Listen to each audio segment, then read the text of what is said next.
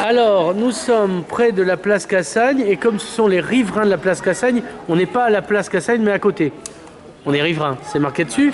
Alors, comme vous avez pu voir, il y a une bande de jeunes qui sont là. Alors, ils vont se présenter parce que j'ai une mémoire de poisson rouge.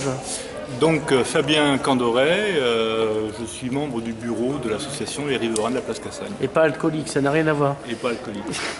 Donc Pascal Ferraud, moi j'habite rue Rempart-la-Réal, Ouais. donc plutôt un riverain de la Réal, mais assez proche du quartier Saint-Jacques. Particulièrement, j'aime bien le centre-ville ancien. Ouais. Et enfin, tu achètes des bottes de navet, d'où ta présence ici. Voilà. Alors, parlez fort parce que il y a du bruit autour. Alors, Emmanuel Selgas Candoret, Ouais. je fais partie du collège des Riverains. Ouais. Donc, on plaisante plus, on a affaire à l'autorité. Non, là je ne réponds à aucune question. Voilà, Dante de Gaulet. Bon, moi j'habite là depuis 2007. Je suis Ouais. venu au moment de ma retraite et j'ai choisi de vivre Dans la colonie dans la colonie pénitentiaire de effectivement, Cassagne. des riverains de Cassagne. D'accord. Hop, Caroline Forgue. Caroline Forgue, moi maintenant j'habite plus Saint-Jacques, j'habite à la Réal, Ouais. mais je continue à être une riveraine. Oui, ben Voilà. moi pareil, hein. Et J'habite donc, plus. Alors, on va commencer par le début. Alors, aujourd'hui, le prétexte de la venue de la caméra, c'est que vous faites un troc. Est-ce que c'est pour faire tomber les banques que vous faites ça? Non, non, c'est juste qu'on pense que c'est bien de créer des animations voilà, pour le quartier. Voilà, de manière à ce que les gens viennent, échangent et aussi voilà, puissent avoir un petit peu quelques vêtements, quelques bouquins, pas trop chers. D'accord. L'essentiel, la lecture et se Et vêtir. se vêtir. Alors, pourquoi, quand, comment ça s'est organisé? Qui a fait quoi? Est-ce que la mairie vous aide? Non, je déconne. Alors, la mairie, là on est dans l'espace Carola, hein, donc Ouais. c'est une première. Voilà. Une fois qu'on est là, Ah, on a tous découvert. Moi, je croyais que j'étais le seul. Non, mais vous aussi. Voilà, nous aussi, donc on l'a demandé, on l'a obtenu. Voilà, c'est en plein cœur du quartier, ça peut être un lieu effectivement assez idéal de rencontre. Alors, je filme un peu pour montrer. C'est très grand. Voilà.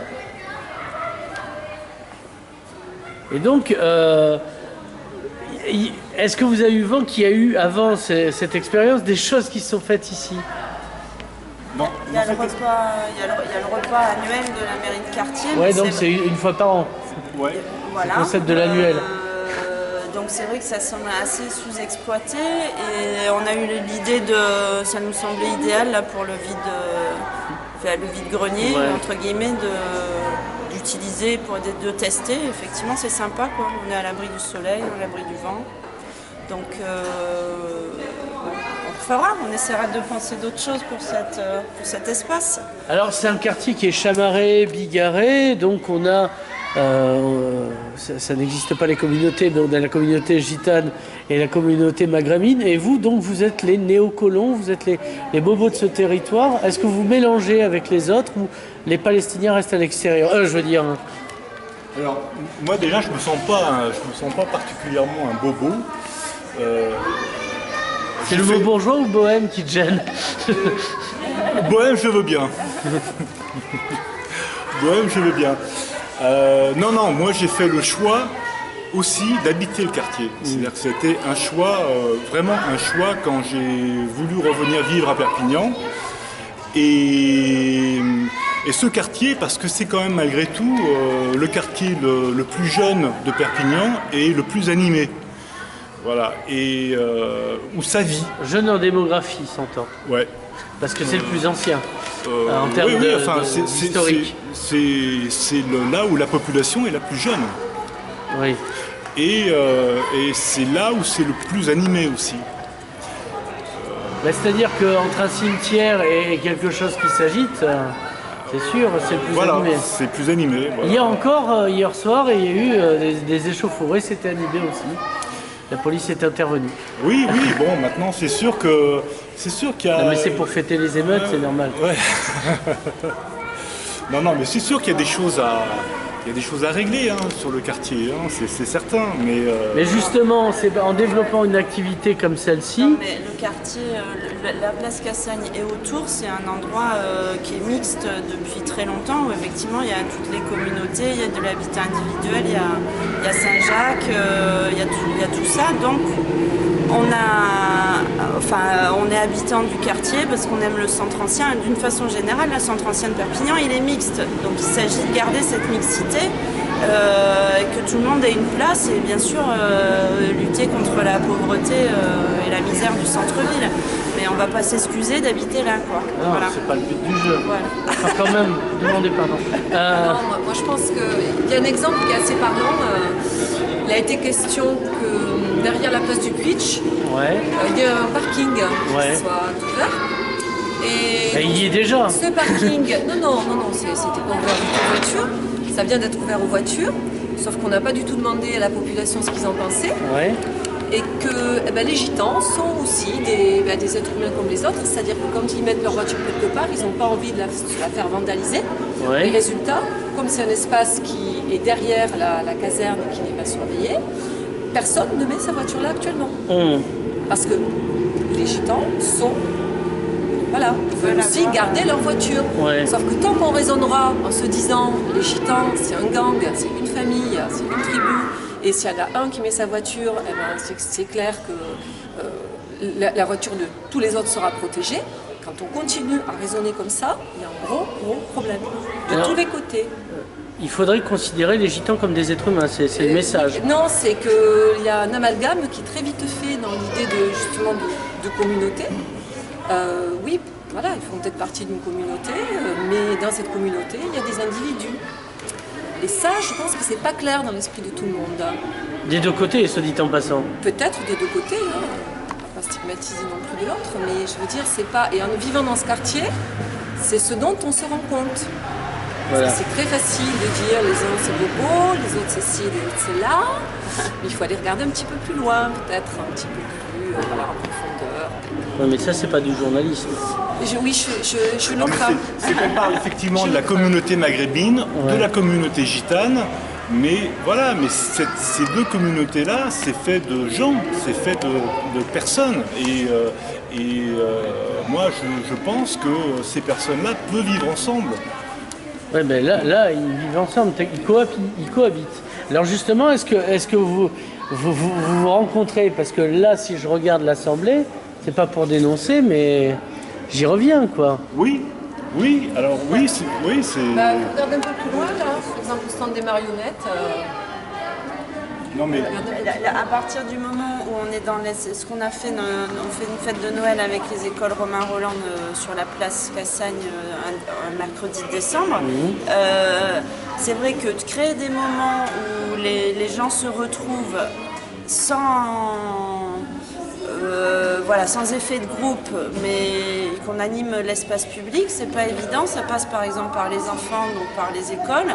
Et quand ça se passe, c'est super agréable. C'est-à-dire que quand on propose quelque chose aux gamins du quartier, ils sont respectueux, c'est pas des vandales, et du coup on échange. Alors c'est vrai que nous, entre guillemets, on est des blancs,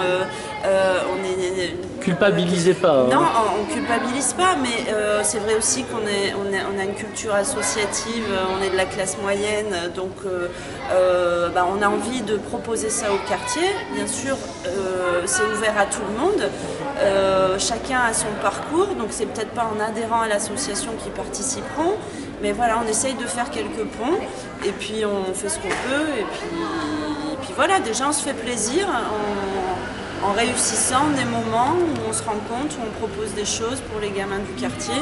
Et en fait, tant qu'on se fait plaisir, c'est que ça va bien. Qu'est-ce qu'il faudrait pour qu'il y ait la rencontre de tous ? Il faudrait un boulot d'animation, de participation, d'éducation populaire qu'on n'a pas le temps de faire. Oui, parce que vous avez des vies à côté. Hein. Voilà. Vous n'êtes pas travailleurs sociaux, hein, on le rappelle à nos chers téléspectateurs. Vous êtes de bonne volonté, il ne faut pas mélanger. Tout à fait. Et effectivement, il y a un boulot d'animation du quartier qui n'est pas fait. Il n'y a pas assez de moyens sur non, les parce centres que le maire a dit sociaux, qu'il avait etc. fait des trucs. Il a été interviewé dans l'Indépendant post-émeute, hein, parce que c'est pas par hasard non plus si on est là. Et il nous a dit que qu'il avait été surpris par les émeutes et qu'ils avaient fait des trucs, donc ça allait, quoi. Non, il manque plein de choses. Il manque un centre social qui est tout petit. Voilà, il manque des animations pour les jeunes et voilà,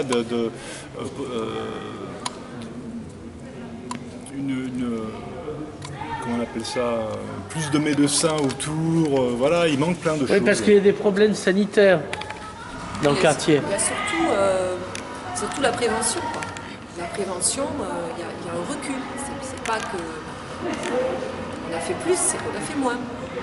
Concrètement, la prévention, tout ce qui est contraception, tout ce qui est politique de santé, ça a été complètement abandonné. Là. Donc il va falloir reprendre les choses en main. Le prétexte, c'est l'argent ? Je sais pas. Je ne sais pas si c'est l'argent. Non, il n'y a même pas de prétexte, puisqu'on nous dit qu'il y a des moyens et qu'on fait. Alors que... Oui, dans le journal. Oui. Mais le journaliste n'a pas vérifié. Le discours, c'est celui-ci. Nous, sur le terrain, parce que justement, même si effectivement on est un peu entre nous dans l'association, on rencontre quand même les gens du quartier. Et donc on parle et on sait qu'il y a des femmes gitanes qui voudraient qu'il y ait à nouveau de la prévention, de la contraception proposée aux jeunes femmes pour qu'elles éduquent leurs filles, parce que là en ce moment c'est en train de devenir catastrophique. Donc,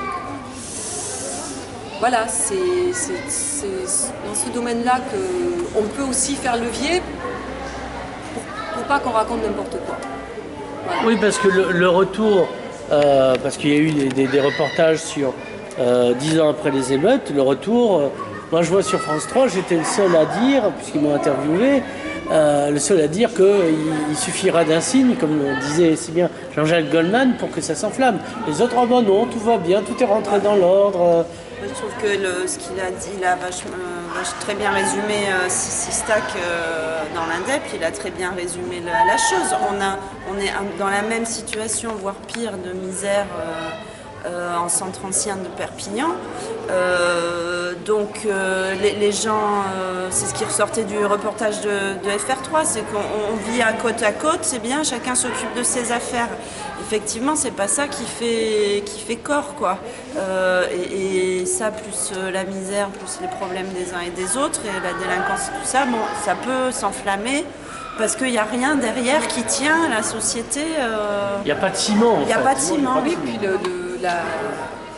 la paix, à la fin de la guerre, c'est pas la paix. Enfin, je veux dire, quelque part, c'est pas parce que... Bernados l'a dit aussi dans ses livres post-guerre. Oui, il y en a d'autres qui l'ont dit. Mais il n'était pas à Saint-Jacques. Mais voilà, la fin visible du conflit, c'est pas la véritable, quelque part, pacification et rencontre. Et moi, je trouve que par rapport au niveau de misère qu'il y a, je trouve que finalement, les gens arrivent à plutôt pas mal gérer leur vie. Et oui, voilà, mais c'est à rien, quoi. Oui, mais enfin, on sent pas de... Enfin, je sais pas, et moi, je sens pas de tension. Je sens pas il y a des tensions ponctuelles comme partout dans la ville. Il y en a aussi bien Place Rigaud que... Non, mais ici, il y en a plus. Hier encore, Place Cassagne, ça a chauffé. Mais ça chauffait comment ? Les flics sont arrivés parce qu'il y avait baston. D'accord. Oui, il y en a Place Rep, il y en a sur les cafés du centre-ville, très régulièrement, quoi. Simplement, quand c'est sur Cassagne, c'est vrai que peut-être... Après, je nie pas qu'il n'y ait pas de problème, hein, il y en a. Mais il n'y en a pas forcément plus qu'ailleurs. En revanche, quand il y a des problèmes, les journalistes viennent, ça c'est sûr. Ah oui, c'est normal. Je sais pas. Ah oui, nous on vend de l'aventure et de l'exotisme. Oui. Moi, mon point de vue, enfin... Pas de l'info, enfin, si vous croyez qu'on fait de l'info, vous vous trompez. À l'heure actuelle, moi je crois beaucoup à la société civile, c'est-à-dire à ce réseau d'associations, d'initiatives privées, mixées avec des initiatives publiques. Je ne pense pas que la municipalité, notamment dans un quartier comme ici, puisse tout, enfin, soit la seule responsable.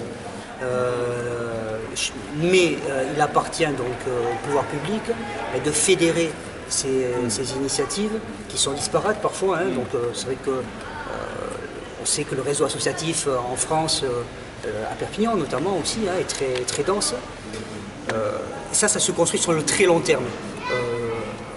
Je crois à la fois au symbole, mais je crois aussi à une construction, à une politique de développement territorial sur le long terme. Et là, c'est vrai qu'on évoquait ces émeutes il y a 10 ans. Moi, j'ai une quarantaine d'années, je suis né à Perpignan, je suis parti, je suis revenu.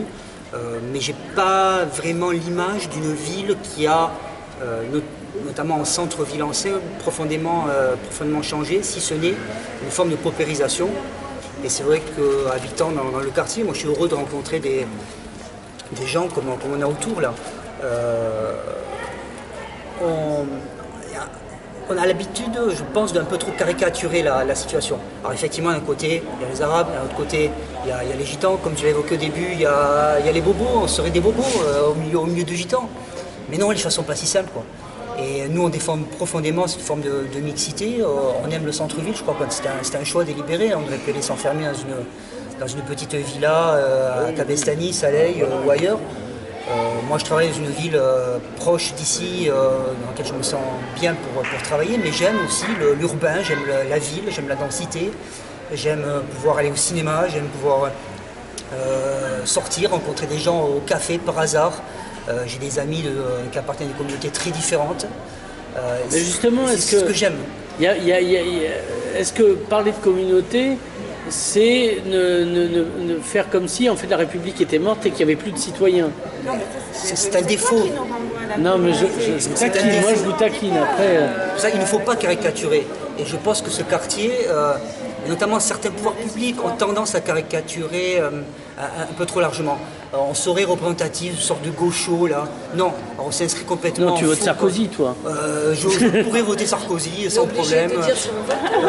S'il y a pas de. Non, du tout, mais c'était pour rire. Je pense que le débat ne se porte pas sur cette caricature complètement inutile et qui fait vraiment fait défaut et qui fait parfois en sorte qu'on n'est pas suffisamment écouté, pris en compte et que le débat public il a tendance à être tronqué. On est une ville où on adore mettre des étiquettes aux gens. Donc on a mis des étiquettes sur les communautés, on les a pris telles quelles. Et quand on est une asso, on met une étiquette et on nous met dans une case. Et donc voilà, après on y reste. Je veux dire, on n'a pas besoin de sortir les étiquettes à chaque fois. On habite en centre-ville, on fait partie de la mixité du centre-ville. Perpignan, c'est une ville frontière, il y a toutes les nationalités du monde.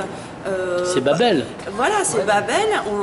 Je veux dire, effectivement, si on ne supporte pas ça, on ne vit pas en centre-ville, on va se mettre au fin fond d'un lotissement et il y a aller aussi des contre grands tout le monde masses, entier. c'est très sympa. Donc après, on ne va pas se voiler la face qu'on est de la classe moyenne, éduquée, sachant rédiger un courrier, etc. On peut être des passeurs, voilà, des liants justement entre des gens qui ont envie de vivre ensemble au même endroit, en considérant les histoires de chacun et sans les renvoyer à chaque fois dans un clan ou dans l'autre. Voilà, nous c'est la seule chose qu'on se propose de faire. Alors, respect des uns et des autres, notre association elle est ouverte pour créer des moments comme ça et puis dire aussi que le centre-ville c'est pas un affrontement quoi, et qu'on a besoin d'un projet, pour le centre-ville, mais construisons-le avec les habitants. Oui, je pense qu'il faut arrêter de parler à la place d'eux, quoi. Enfin, nous, on n'est pas là pour parler à la place d'eux, demander qui a besoin de quoi, savoir, moi je sais pas, ce dont ont besoin les habitants de la ville, qui viennent s'exprimer, on vient échanger, on n'est pas forcément d'accord, mais enfin, le but de l'association, c'est ça. Mais vous avez plus de facilité en tant qu'association et le poids que vous représentez socialement à aborder les institutions et à discuter avec eux et même transmettre la parole de ceux qui ne peuvent pas parler. Oui, tout à fait. Oui. Sans la confisquer, évidemment. Oui, c'est un peu ce qu'on essaie de faire. Nous, l'association, elle a été créée sur 2 axes. L'animation et essayer de faire remonter les difficultés que nous renvoie la population. Voilà, ça peut être un manque de propreté, ça peut être sur justement, tu parlais des bagarres, du bruit, des choses comme ça, mais ça peut être bien plus loin que ça. Enfin, ça peut être aussi... bon, on va pas parler de l'école Jeanne Hachette, mais... Oui, si, on en parlera dans l'épisode voilà. d'après. Mais ça peut être ça aussi. Enfin, voilà, c'est... voilà, créer aussi des espaces et des lieux justement pour que les jeunes ici, qu'ils soient maghrébins ou gitans, puissent avoir aussi accès au sport, à la culture, voilà, sans que ça soit trop loin. Et ça, c'est à nous de le dire aussi, parce que nous, bon voilà, nous, on a peut-être plus de moyens qu'eux pour le dire. D'accord. Eh bien, toute la bande, on vous remercie. On se retrouve après une page de pub pour l'école Jeanne Hachette.